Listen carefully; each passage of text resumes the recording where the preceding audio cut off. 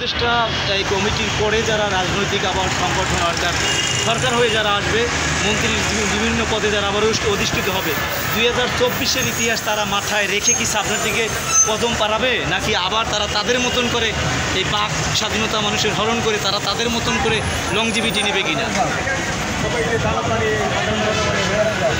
মানে আমি এখানে যেটা বলতে চাই এটা হচ্ছে একান্ত আমার ব্যক্তিগত মতামত।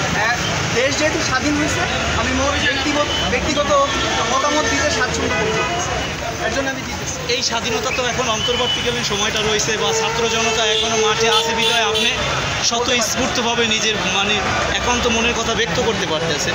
বাট যখন এই ইন্টারিয়াম গভর্নমেন্টের পরে যখন আবার একটা গভর্নমেন্ট আসবে, সেখানে এই স্বাধীনতা কতটুকু থাকবে বা কীভাবে দেখতে চান সেই প্রসঙ্গে ইন ফিউচারে আপনি কেমন চান?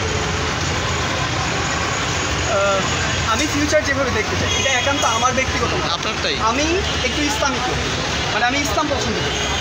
আমি যখন কোনো সলিউশন দিব, আমার যদি আপনি পলিসি লেভেলের সমাধানের কথা জিজ্ঞেস করেন, আমি মনে করি যে মানুষ যখন আইন বানায় তখন সে স্বেচ্ছাচারী হয়ে যায়। ধরেন শেখ হাসিনা ছিল, উনি শেখ মুজিবুর রহমানকে জাতির জনক বানাইছেন। যদি খালেদা জিয়া থাকতো তাইলে উনি জাতির জনক বানাইতো না। তাহলে এই যে আইন আপনি বানাইতেছেন, এই আইনটা আমাকে যদি আপনি আজকে আইন বানাইতে দেন, তাইলে আমি আমার নিজের মতো করে আইন বানাবো।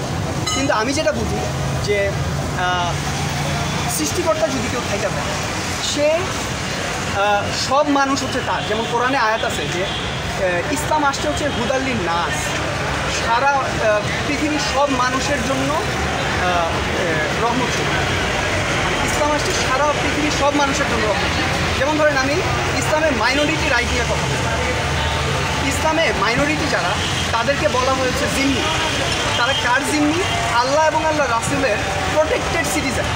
মানে কি, যদি কেউ কোনো মুসলমান তাদেরকে ধর্ম গ্রহণ করতে বাধা দেয়, মানে ধর্ম পালন করতে বাধা দেয় এবং তার রাইট ভায়োলেশন করে, ইসলামের আইন হচ্ছে ওই রাষ্ট্রের যে প্রধান খলিফা বলে থাকে, বা ইমাম, যে যাই হোক, আমিরুল মুমিনিন বলতো ওমর রাদিয়াল্লাহু আনহু, ওনার দায়িত্ব হচ্ছে ওনার জন্য নামাজ ছাইরা দেওয়া যেমন হারাম একটা ইসলামিক রাষ্ট্রের প্রধানের জন্য, কোনো হিন্দু, কোনো বৌদ্ধ, কোনো খ্রিস্টান, মানে কোনো অমুসলিমের যদি রাইট ভায়োলেট হয়, তাইলে তাকে ওইভাবে শাস্তির আওতায় নিয়ে আসতে হবে।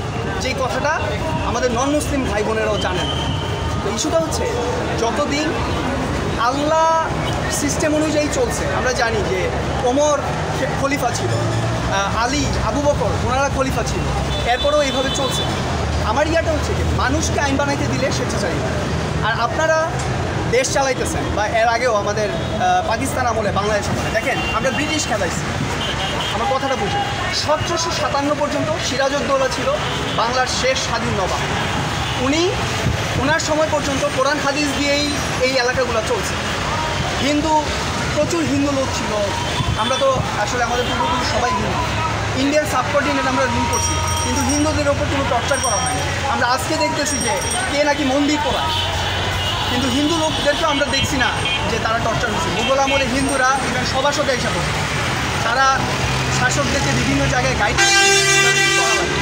ইস্যুটা হচ্ছে আমরা যখন ব্রিটিশ খেদাইলাম 48-এ, এরপরে আমরা ব্রিটিশ সংবিধান দিয়ে কেন দেশ চালাইতেছি? এটা আমার প্রশ্ন। ব্রিটিশরা তো শত্রু, তাহলে শত্রু সংবিধান দিয়ে আমি কেন দেশ চালাই?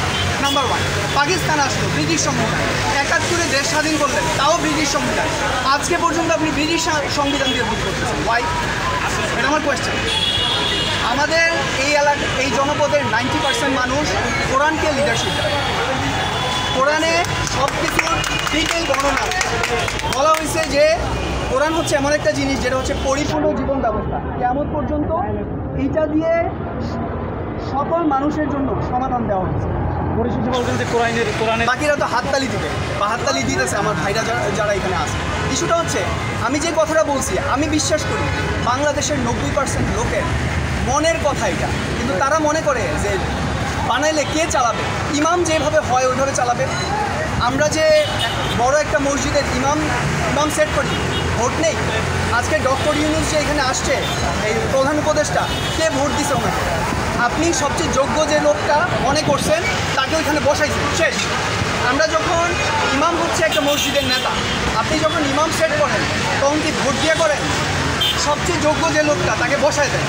এইভাবে যারা এখানে যোগ্যদের মধ্যে যে সবচেয়ে যোগ্য তাকে আপনি বসায় দেবেন। আমার কথা হচ্ছে পলিসি ব্রিটিশ কনস্টিটিউশন থাকতে হবে, কারণ ব্রিটিশ আমাদের শত্রু। আমেরিকা সে 70 বছর ধরে পুরো পৃথিবী চালাইতেছে। আমেরিকার হাতে যে পরিমাণ মুসলিমদের ব্লাড আছে, এই পরিমাণ ব্লাড আমেরিকার হাতে আর কোনো ধর্মের লোকের না।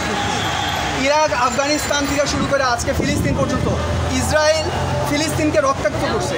এটার একমাত্র রিজন হচ্ছে আমেরিকা তাকে ব্যাকআপ দেয়। আমেরিকা যার বন্ধু তার শত্রু দরকার নেই। আজকে সে আপনারা ভালো ভালো কথা বলবে, কিন্তু কালকে সে অবশ্যই, আর আল্লাহ, আমি যতটুকু কোরআন হাদিস যতটুকু জানি, আল্লাহ ক্লিয়ারলি কোরআনে বলছে যে খ্রিস্টানরা, ইহুদিরা আর মূর্তি পূজারকরা কখনোই মুসলমানদের বন্ধু হবে না। তারা একে অপরের, আমি বলতেছি না আপনি ধরেন হিন্দু, আমি বলতেছি না আপনি আমার বন্ধু হইতে পারবেন না, আপনি আমার বন্ধু, আপনি ব্যক্তিগতভাবে আমার বন্ধুই। কিন্তু আপনি যদি দেখেন ইহুদিরা অ্যাজ এ রাষ্ট্র, যেমন ইসরায়েল, সে কখনোই মুসলমানদের বন্ধু হবে না। হ্যাঁ, আমেরিকা, ইউরোপ বা ব্রিটেন অ্যাজ এ রাষ্ট্র কখনো মুসলমানদের বন্ধু হবে না। ইন্ডিয়াতে আমার নিজের অনেক বন্ধু আছে, হিন্দু বন্ধু। আমরা হিন্দুদের সাথে গলাগলি করে বড় হয়েছি।